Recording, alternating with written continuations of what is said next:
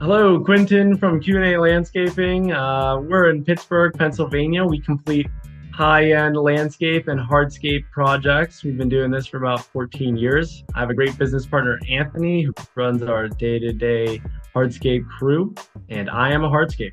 What's happening, Hardscapers? This is episode 279 of the How to Hardscape podcast, where we talk about how you can start and grow your hardscaping business. And on today's episode, we have another I Am a Hardscaper episode where we bring on a hardscape business owner and do a deep dive into their business. And today we're joined by Quinten from Q&A Landscaping. You can find them on Instagram at QA Landscaping.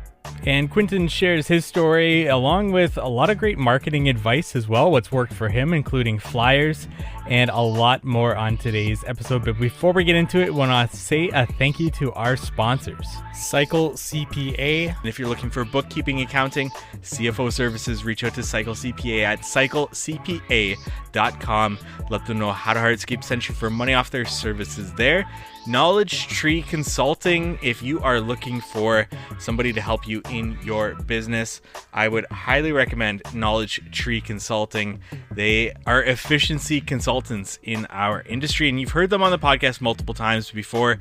George and Peter of Oriole Landscaping, and George a couple of other times talking about various topics, and we'll definitely have George on in the future to talk more. But you can learn more about them at knowledgetreeconsulting.com. And if you're looking for a software to dive into this off season, check out the How to Hardscape Headquarters software, which will help you streamline processes in your business, including budgeting, estimating, job costing, time tracking, scheduling, chat groups for employees and projects, and installation courses that can help you train and onboard employees within the software. Send me a message at How to Hardscape on Instagram or go to members.howtohardscape.com. And without further ado, let's get into today's episode with Quinten from Q&A Landscaping. All right, Quinten, let's get to know a little bit more about you, yourself, how you got started in the industry. Give us a little bit of a backstory. Start wherever you want, end wherever you want, but let our audience know more about you.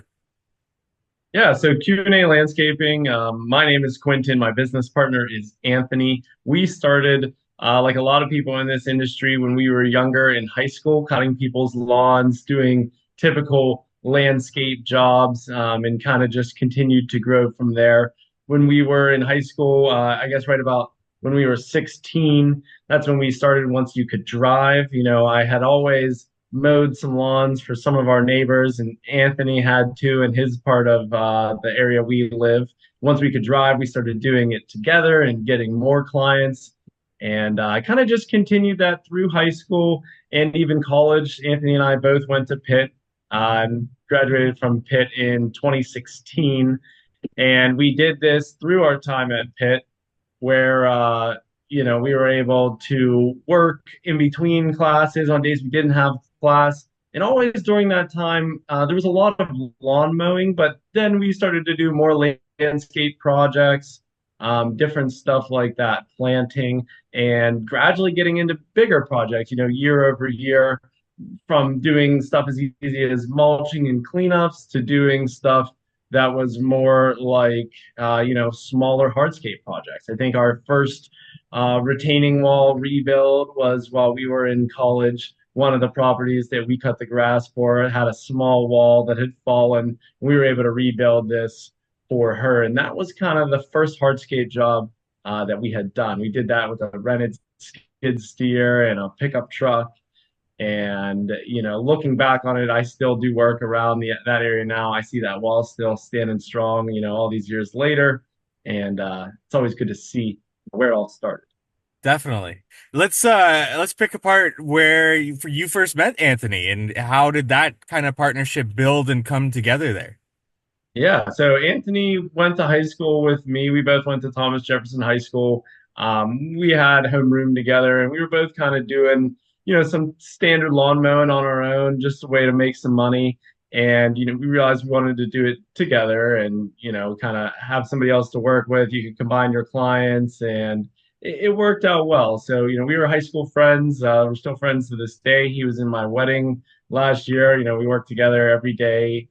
Over the years, we've done a better job of kind of each focusing on different things. in the beginning, it was the two of us together, mowing lawns, doing jobs together every day. And as the years went by, we started doing different parts of the business where, he runs our bigger hardscape crew every day, and I run all of our sales and office work and different stuff like that. And over the years, my job has changed a little bit of, from running our mulch blower crew or, helping the landscape crew to today, I'm a little bit less involved in the each job once we get started, more involved in the setup of it, the sales, and everything else that goes into running our company behind the scenes. So at what point during there where you say like, okay, we actually need to like separate and be able to take care of different parts of the business? What was the catalyst, or what was the sort of idea behind, making a decisive decision that you were going to do that and go in that direction, as opposed to both being in the field and whatever the sort of business looked like then? Yeah. For us, it was once we had enough workflow that we were able to split up and see two crews. It was logical that I would run one crew and he would run the other. That started for once we had enough projects, landscape projects, smaller hardscape projects.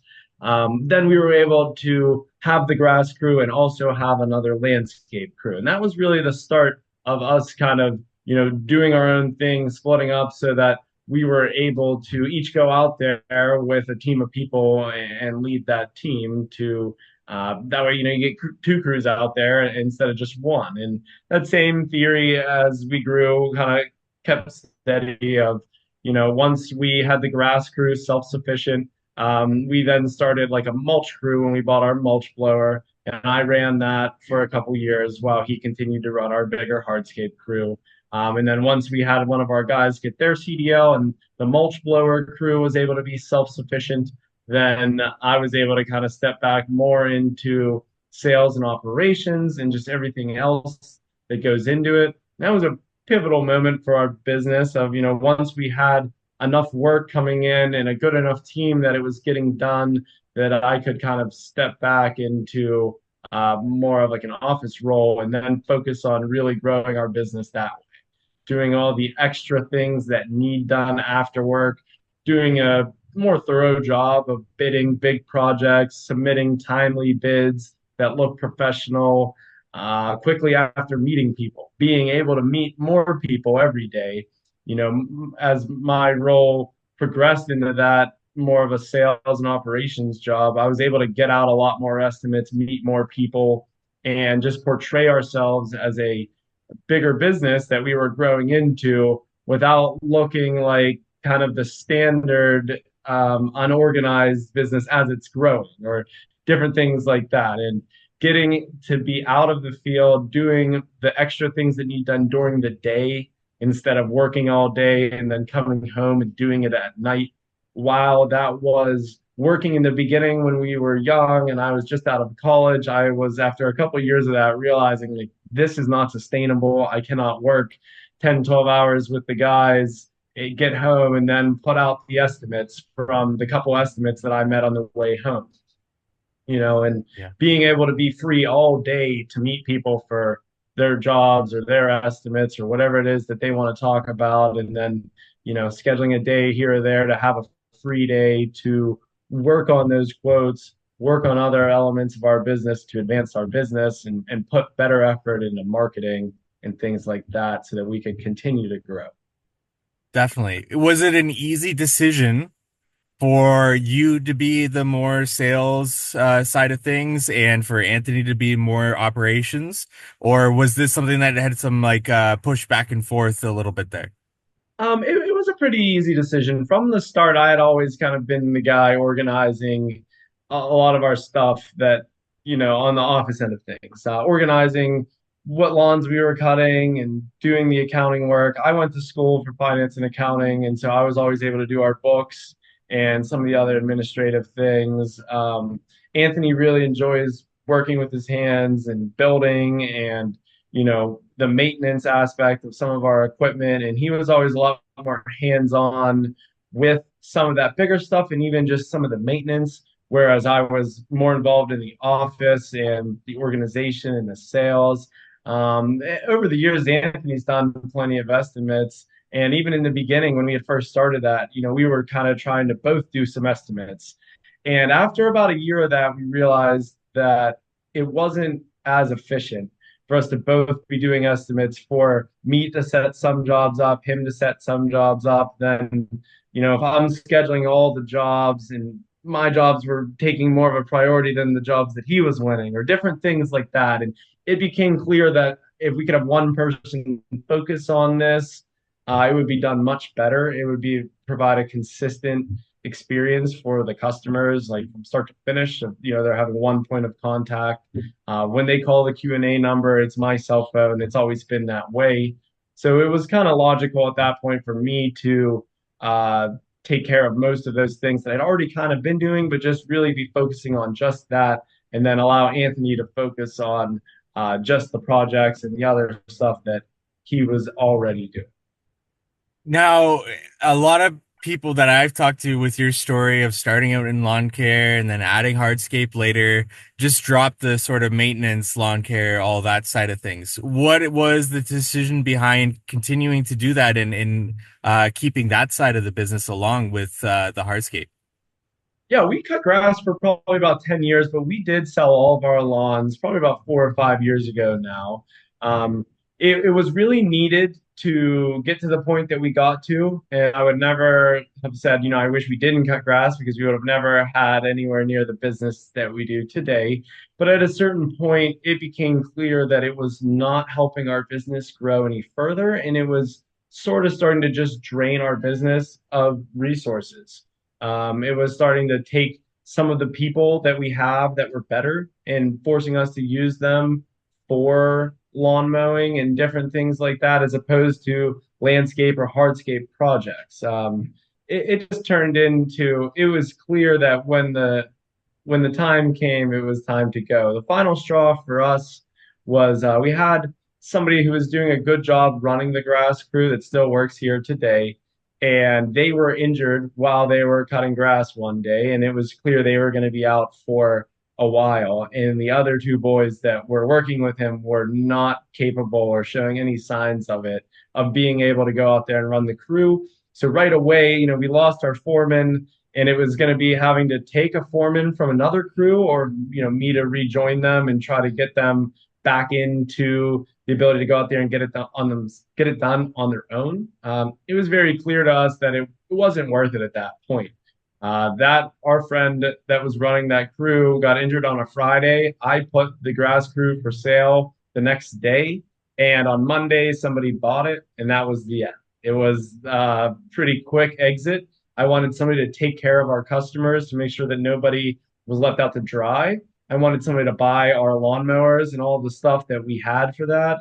And I just wanted to be done with it so we could focus on the bigger things that we were doing that was making more money. At the time of our exit, grass revenue was only accounting for about 10% of our revenue. And it was half of my headaches, if not more. I was using one of our trucks, sometimes a second. It was clear that it was starting to consume more resources than it was putting out. Gotcha, gotcha. So today you guys are fully project-based business.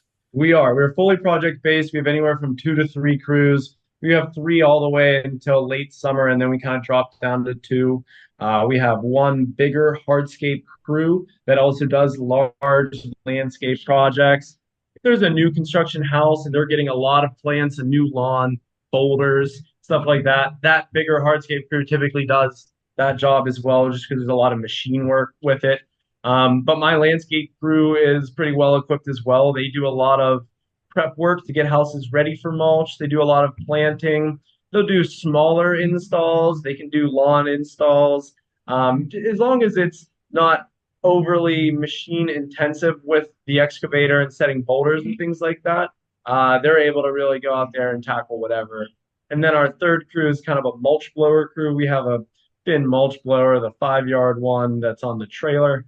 And so, the landscape crew is just getting houses ready for mulch for, half of the year really until mid to late summer. And then that mulch crew is able to come behind them, mulch houses.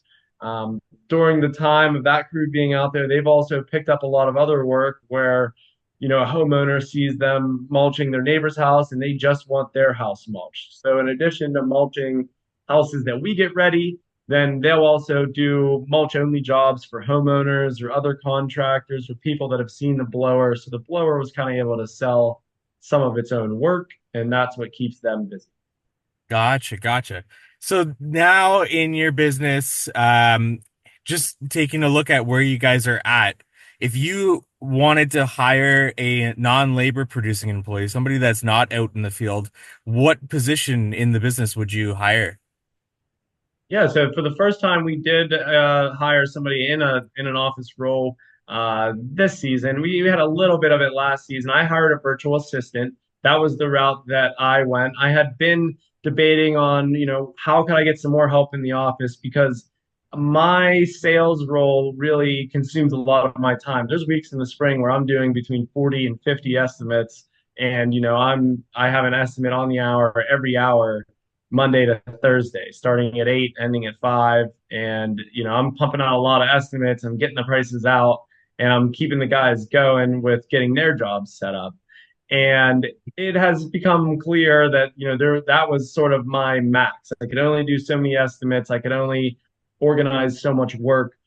How could we involve somebody else to somewhat help me get more done? And we had been debating between, like your typical office lady, receptionist, or maybe a salesperson. It was just hard for me to justify that I would have year-round work for that person and that they would be able to bring the same value that I do. I think the fact that I, as the owner, am able to go do every estimate has a lot of value. I think the customers really like that. I'm able to propose better ideas than some of the average salespeople that maybe are just somebody's employee. And people also have good faith that they're meeting with an owner, that if there's a problem, I'm the person they're going to talk to. We're going to get this fixed. And so I didn't want to take myself out of the sales role yet. I do think eventually we'd hire, a part-time salesperson in some capacity. And then the office person role, it was hard to say there would be enough work here for them to do year round or to want to pay somebody to come and physically be here every day. So we did go with the virtual assistant route. Last year, I hired a virtual assistant who had some good industry experience. They were able to help us through points of the peak season. They ended up going on maternity leave. And so that was the end of that person. But this year, I hired a virtual assistant, but I actually hired a virtual assistant that is in the Philippines. And she speaks great English. She has a college degree. She's very smart, very detailed. She takes a lot of time on the tasks that she does, and overall, she puts out a very good product. So she's been with us this season, and I've taught her a lot about our business. She's able to do lots of different repetitive tasks that I was doing before. She only works 3 to 4 hours a day, and so it's flexible. It's I'm not paying for a full-time employee. I'm not paying to physically house them in our office or anything like that.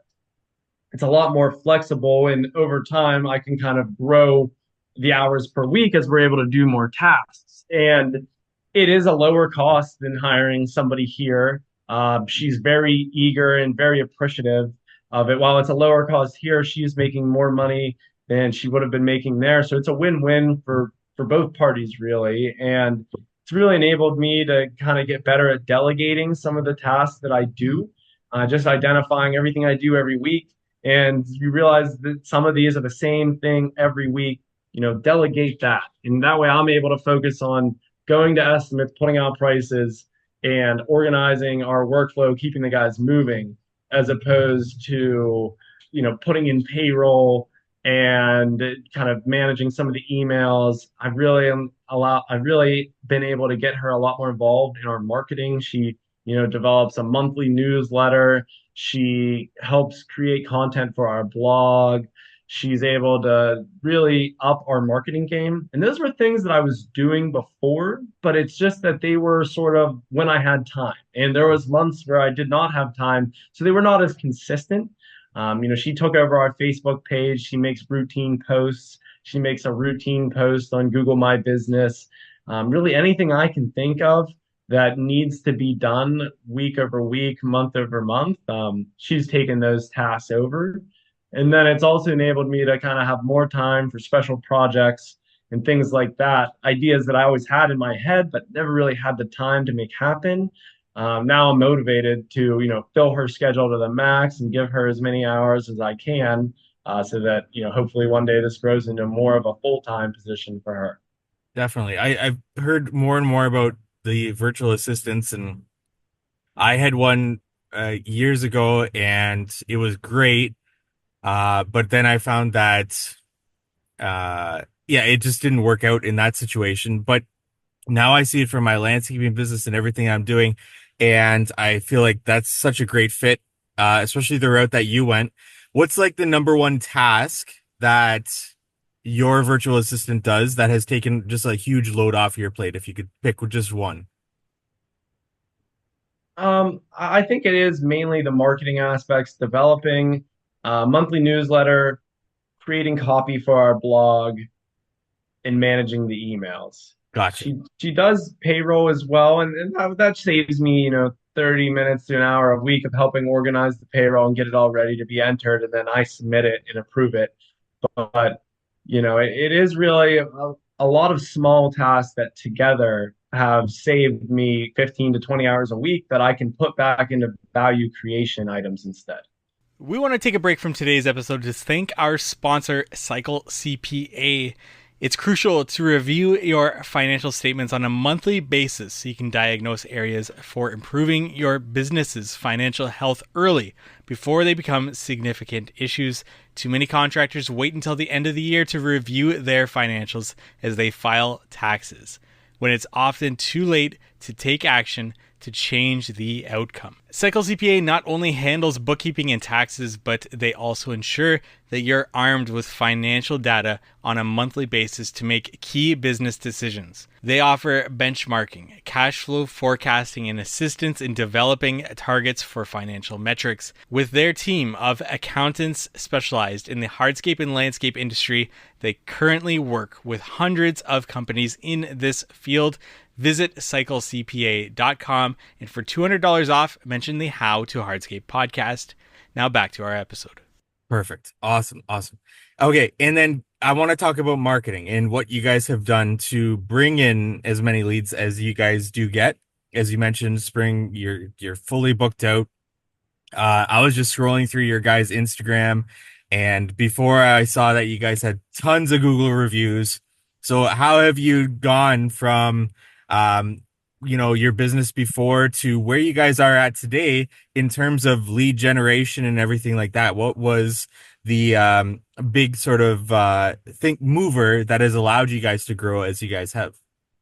Yeah, for us, it's been kind of a consistent approach year over year of marketing.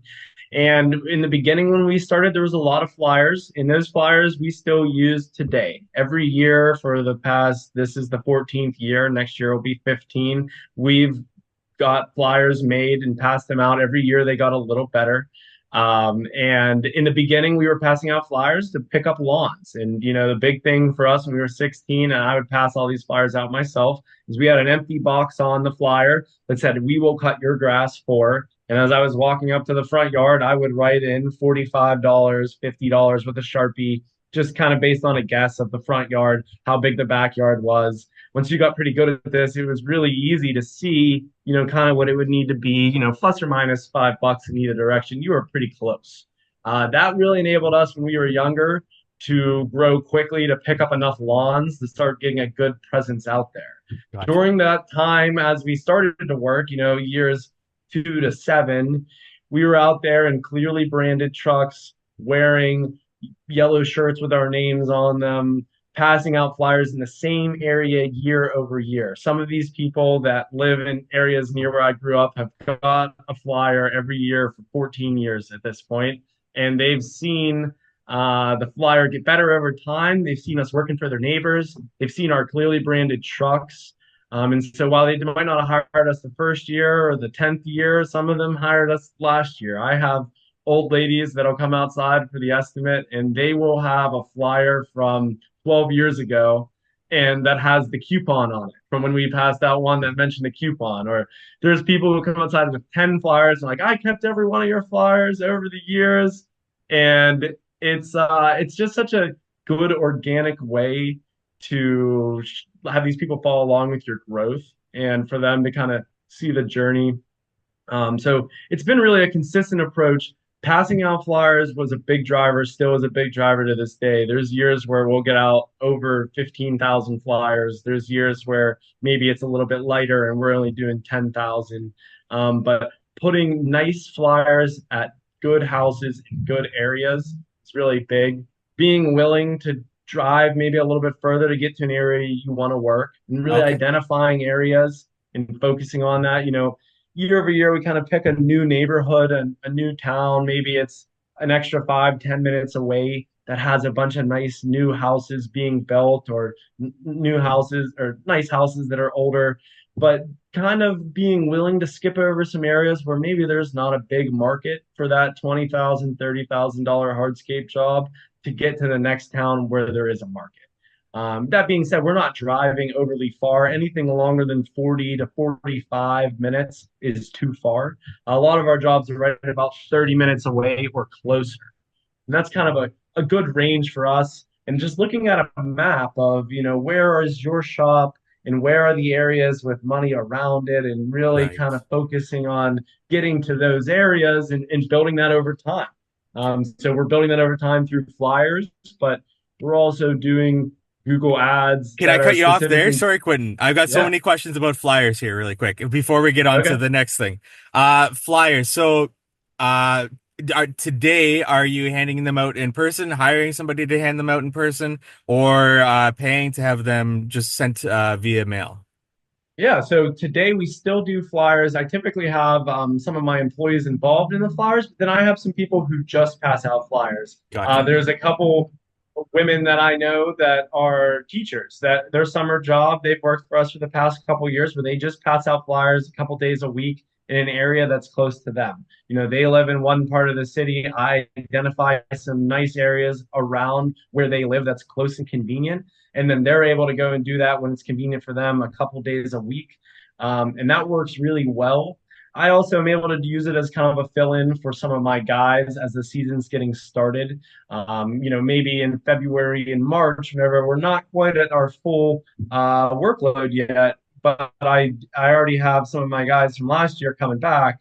We're able to use them to kind of go pass out some flyers in some specific areas and kind of to get the season started like that. My mom has helped with flyers over the years, my wife's mom, and anybody that's interested in it, we do pay people $20 an hour to pass out flyers, and people that like to walk, you're kind of getting paid to do what you were doing anyway. Walking around a nice neighborhood, putting the flyer on the door, making sure you're putting it on the door, not on the mailbox. That's a big deal. You don't want to do that.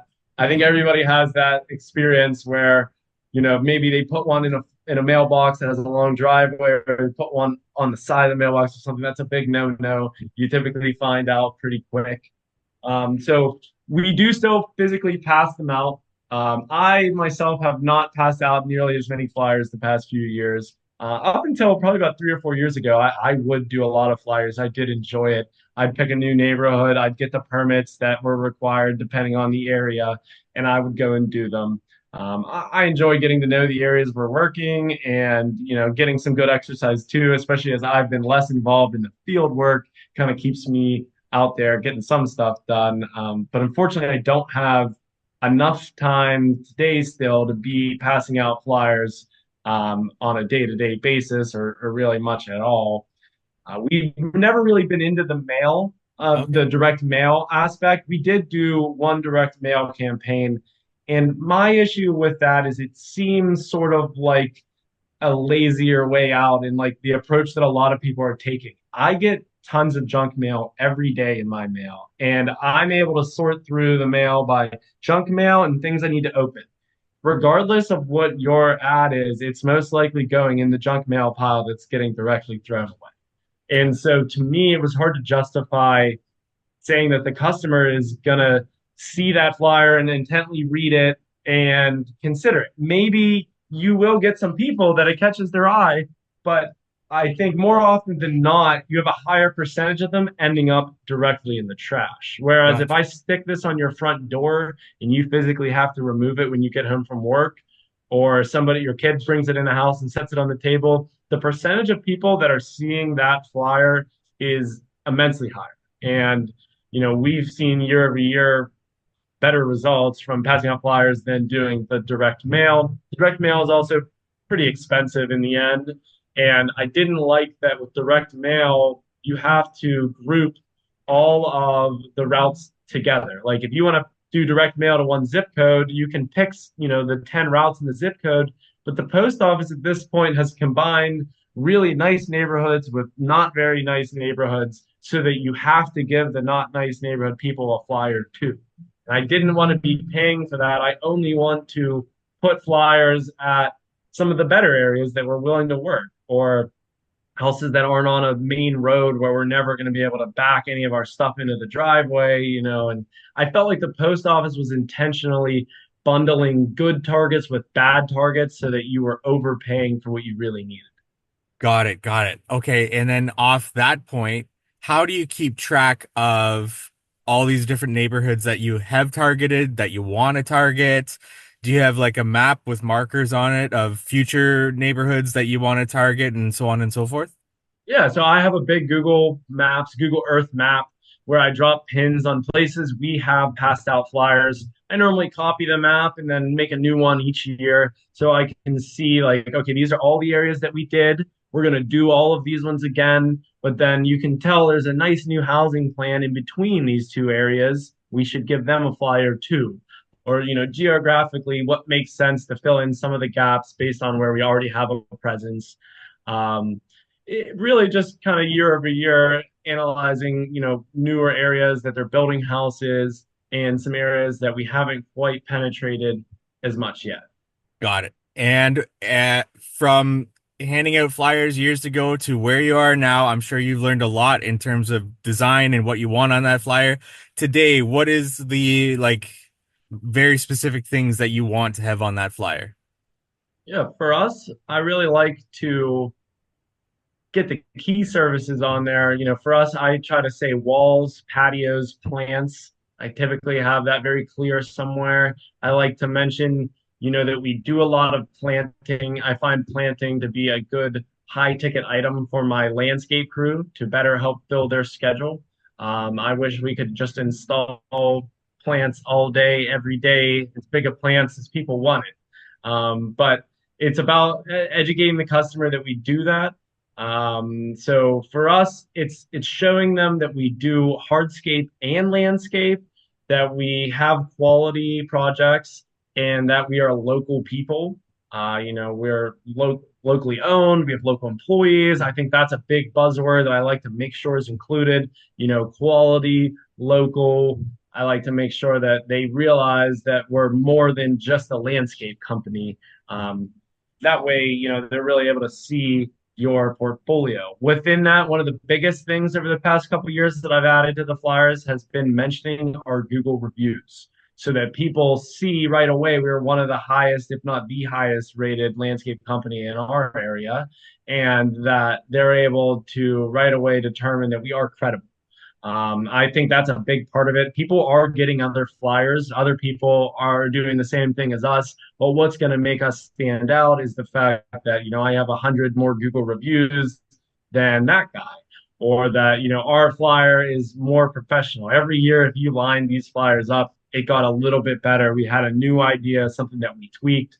The pictures that we were able to include on there have gotten a little bit better as our marketing efforts have gotten better on that side of like content creation. We bought a drone. We're able to take better drone pictures. You can include one kind of nice, clear photo in your flyer. That way, people are able to see what kind of work you do, but not over cluttering it. I think there was years where we tried to put four pictures at the top in a little square, and when you think about it, the people aren't looking that close. They can barely see it, and so there was improvements that were made like that of cleaning it up, not making it too cluttered, having there not be too many different colors, or too many different fonts so that it's nice and professional to the point where somebody would say, this is a clearly professionally designed product and wondering, is this a franchise? To the point where your marketing is so good, they're questioning, is this some kind of national company?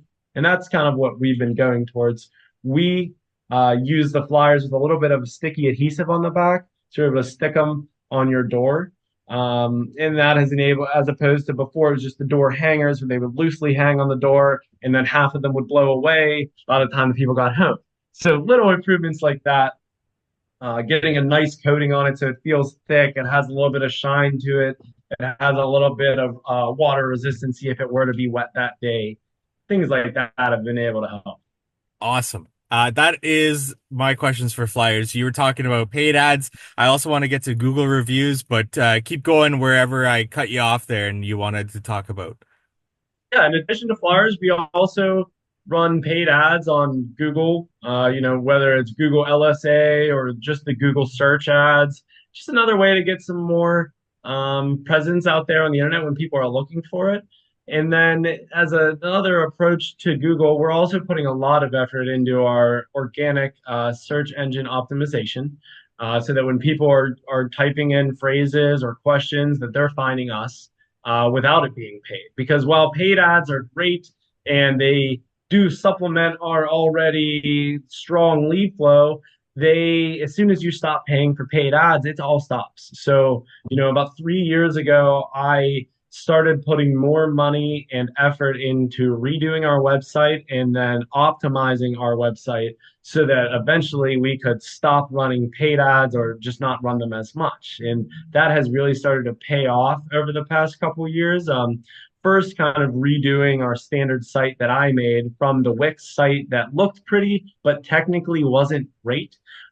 Just because I do not have any type of coding or software background. And so I was designing a site that did a good job of showcasing our business, but wasn't the strongest technically. The keywords weren't ranking, there wasn't the right hashtags and different things behind the scenes that somebody like me just didn't really understand. So I hired a specific SEO and website guy that is in our area that is able to intricately understand our business and the areas we want to work.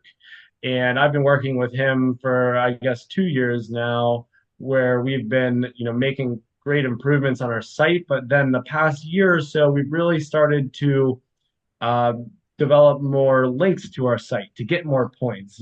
Whether we're doing different blogs and blog exchanges, or I comment on different magazine articles and things like that. And we do where the help a reporter out, where they'll submit that they're writing an article about, what happens when your grass dies in August. And I will supply some quotes and some information on that, and that has really multiplied over the years.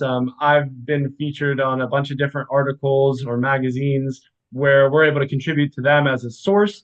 And then from that, you get that link to your website. That link to your website then shows Google that you are more credible. It gives you a little bit more points on your domain ranking score, and the points that's how Google is, ranking their search results. And so in the beginning, you don't have any links to your website. Maybe you get a supplier or somebody to give you one or another guy, and it takes a while to get that started, to get your first magazine or to get your first blog exchange. And then over time, as your website becomes stronger, more people are willing to trade with you, and more people are reaching out to you to trade with them. And so it really starts to organically grow and multiply. I did an article last week for Edge magazine from the same lady who wrote an National Association of Landscape Professional article on us a year or two before. And so kind of getting some other sources from the same ones you already had, where people see that you're featured on this article and they were hoping that you could provide some comments on, another article that they're writing.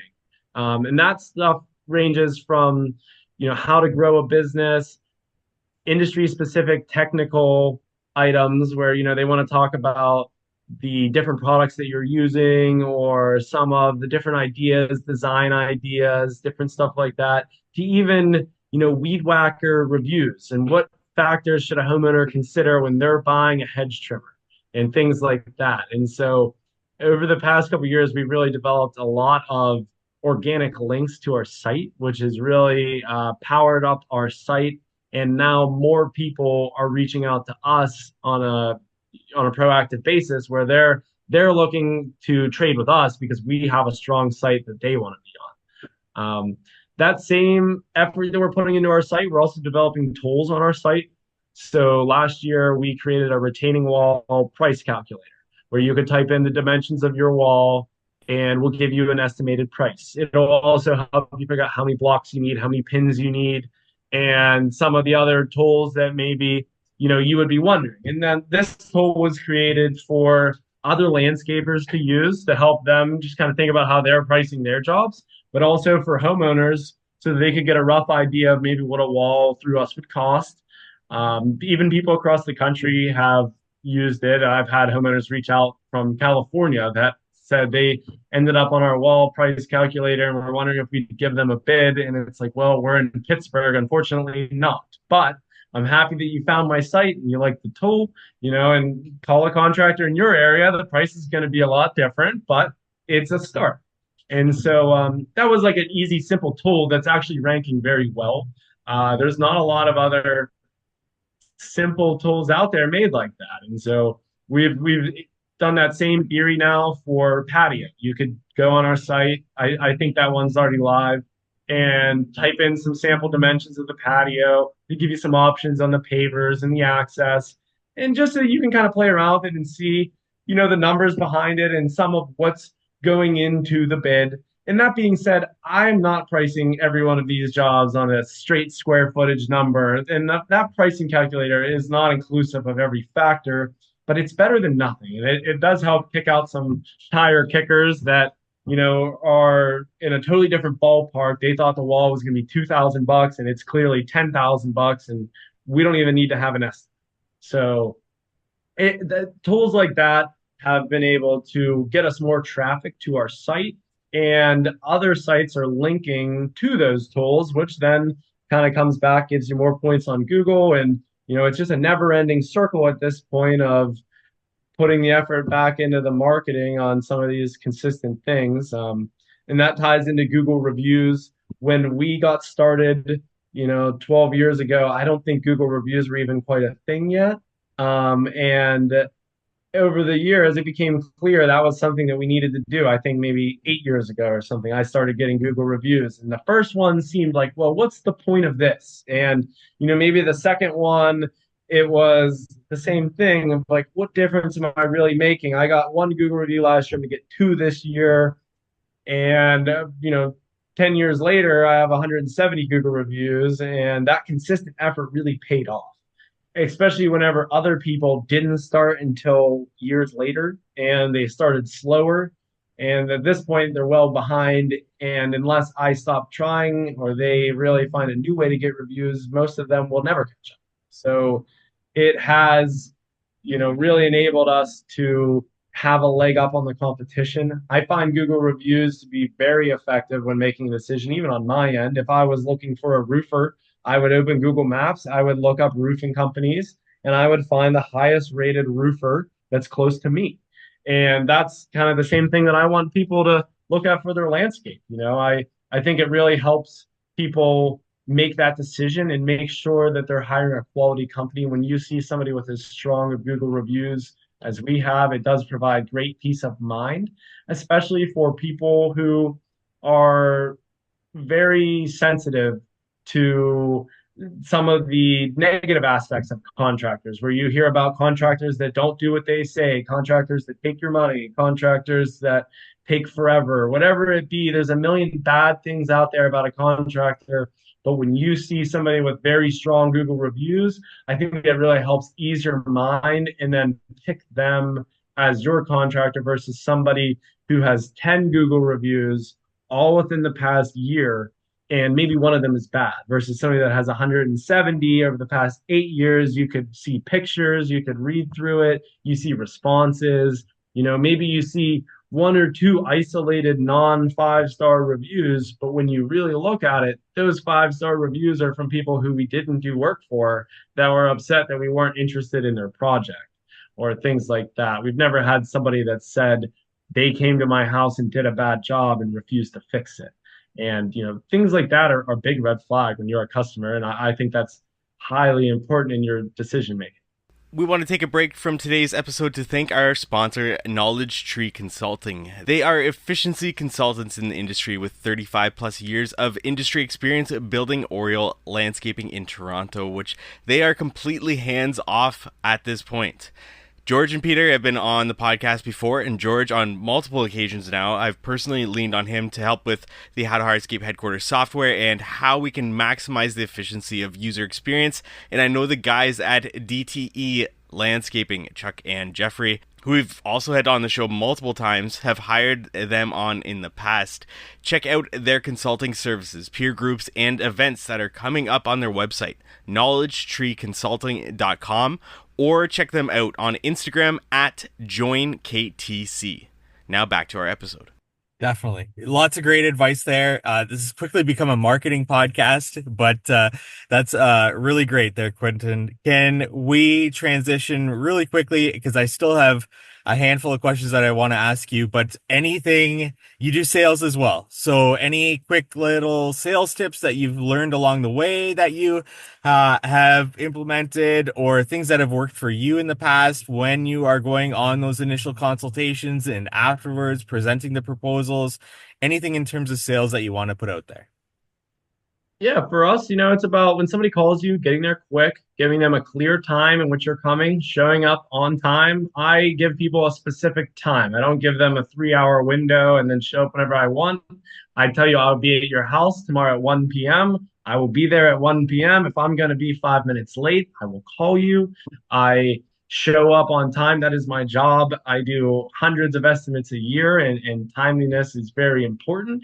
And then the timeliness of your getting them a quote is very important. Within a couple days to a week at the most for a complex project, you should have a clearly written, detailed quote to them. It should be professional. It should be, I email them a quote from my Jobber account, and I write every quote as if I'm not going to be at that job so that I can give that quote to my guys. They can complete that project. There's enough detail in there that the customer knows what they're getting, that my guys know what they're doing, and that there's not a lot of room for interpretation there. And some of the shapes and layout, that is figured out as you get into it, but getting as detailed as you can into that quote, talking about what's included, what's not included, and getting it to them in a very timely manner. Following up, making sure they got the quote. We use Jobber to send all of our quotes, and in Jobber, I can tell whether somebody has opened the quote or not.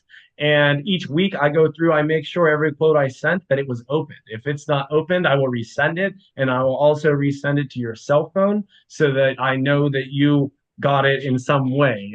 Because I realized as I was doing this that there was a surprising amount of people who, even though you have the right email address for them, they are not receiving your quote because it is lost in their email, or they're just not paying enough attention. And so, you're wasting time and effort going to that house, writing up the quote and sending them the quote, and they never even saw it. They thought you blew them off. So really making sure that everybody gets that.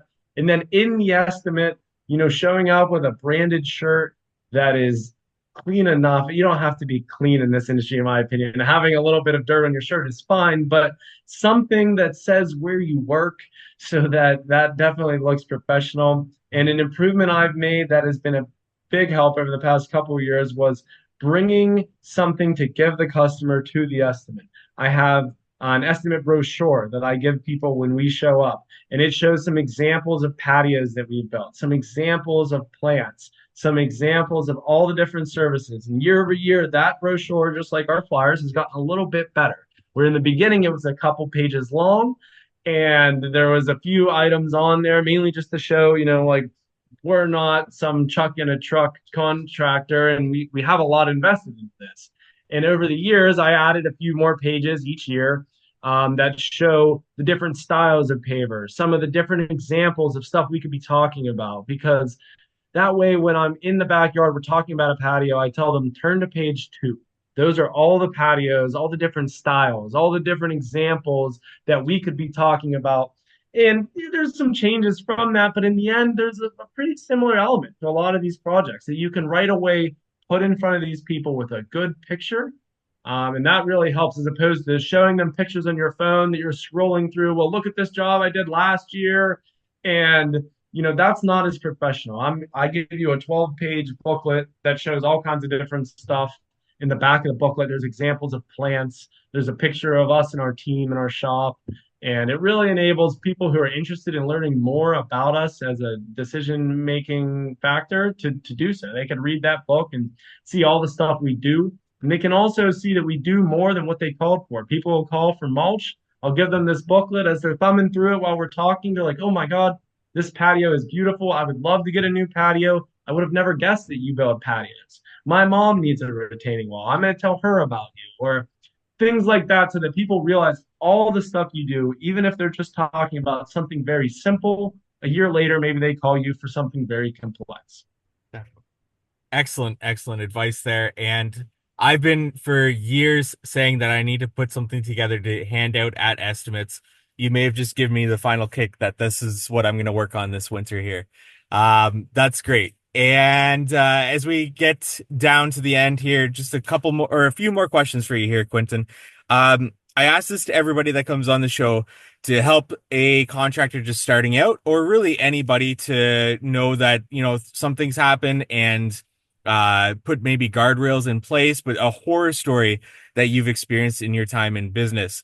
And it's just to help, like I said, that starting out contractor to know things can happen in contracting and maybe they can prepare themselves for it or put guardrails, like I said, in place to prevent it from happening in the future. But Quinten, do you have a horror story here that you'd want to share?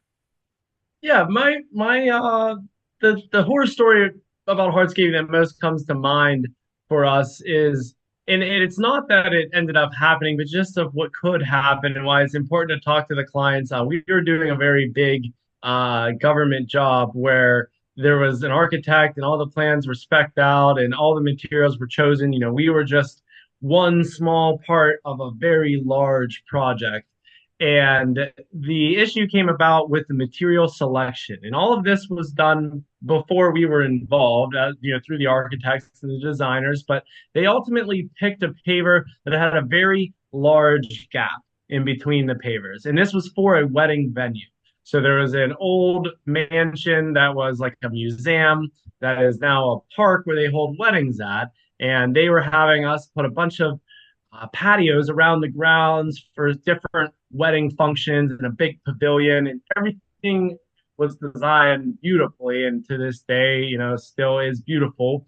But during the once we started laying the pavers, and we actually were 90% done with the pavers, the designers, the architects, and some of the project owners were doing their walk around, and they were shocked by the gap size of these pavers that they selected. And they were saying, well, we were hoping you could change all the pavers and make them a little bit tighter because women with heels are going to sink their heels into the pavers over time.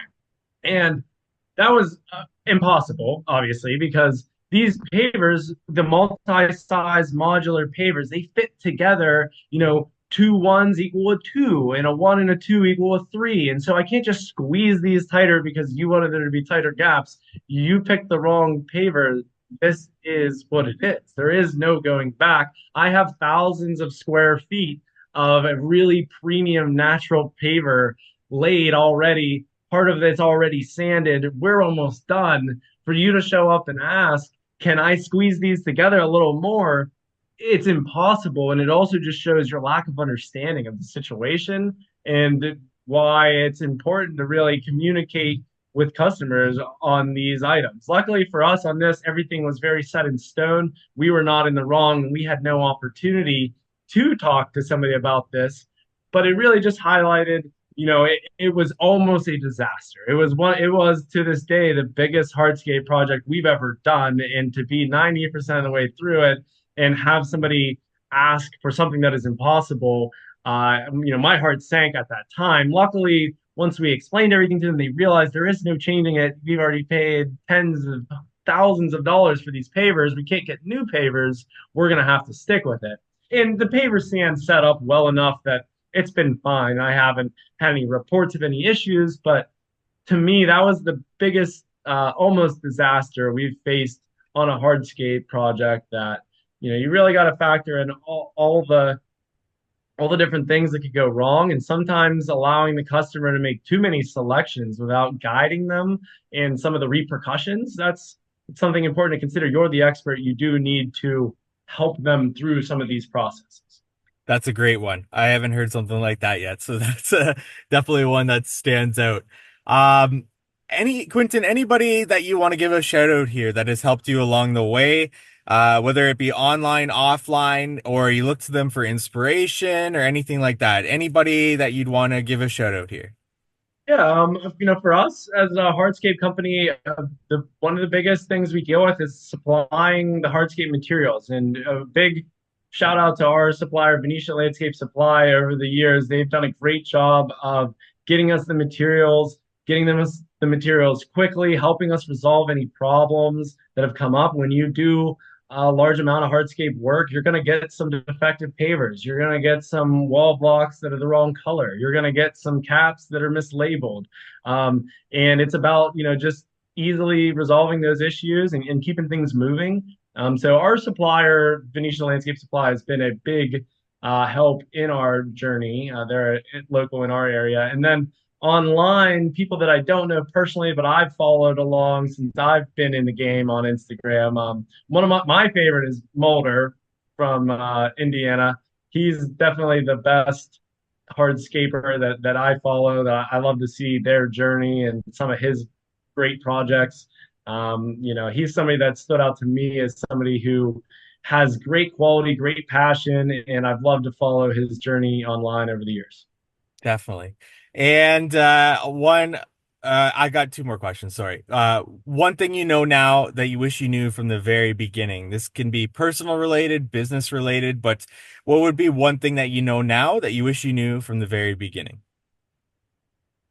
Yeah, I think a big part of it is understanding that there's going to be problems, that there's going to be people that leave, and that even people who come here and only stay for a year or two, they're a big part of the journey. And everybody plays a role. Even the guy that comes in on a seasonal basis and he works here for 9 months and he doesn't come back next year. You can't get too beat up on that, in that everybody here plays a role no matter how smart. And even when it doesn't work, it's kind of just getting you closer to the person that does work. And in business, there's going to be just obstacle after obstacle, and climbing over those obstacles and viewing them as a way to get stronger, just not necessarily beating yourself up too much about them like I did in some of the earlier years. Whenever I'm banging my head against the wall, why aren't some of these things working? It is just a consistent effort every day, day after day. 14 years into it, wake up and grind, and that's it'll pay off. And then one question that I've been trying to ask more often here, what's one thing you are struggling with right now in your business? At any stage of business, there's always something that's going on or something that you need to hire for or equipment related. It could be anything. But what's one thing that you're struggling with right now in your business? Yeah, for us, it's identifying how to get another crew out there, how to get over the revenue that we're at now. And while there's a little bit of growth every year, year over year in our current level, it's nothing significant at this point unless we'd start to get to adding another crew. And when is the right time to add another crew? How do you staff it? That's kind of where we're at now, where we have three crews most of the year, sometimes two. And I'd really like to get a fourth crew out there for most of the year so that then we can kind of downgrade to three. And so it's about just when is the right time to take that leap to one more crew, staffing that crew. Are you taking too much away from the guys you already have that are killing it to make this new crew? And some of that, and when exactly we're going to get into that, that's where we're at right now. How much effort and resources should we put towards adding a crew next season? Got it. Quinten, this has been great. Everything from marketing, sales, and so on here. I really appreciate the time that you put into this. Where can our audience go find out more about you, yourself, and Q&A? Where do you want to send them to? Yeah, if you're interested in following along on the journey, I'm very active on Instagram. I try to post stories most days, and I have lots of different content. So you can follow us on Instagram, QA Landscaping. I always respond to the DMs that I can, and always willing to interact with other people or help younger guys in the game get started and give them some good advice. We have a Facebook too. I'm not as involved in the Facebook, but there is stuff on there that you could follow along with or check out our website. Always super accessible, willing to help. Awesome. And I told you this offline or off the podcast. I'll say it on the podcast. I've been following you guys probably around like the 2020 area. So it's been really cool to see you guys kind of grow and evolve. And it's definitely worth a follow there at QA Landscaping on Instagram and to continue to see where you guys take this thing. Quinten, thank you so much for your time today.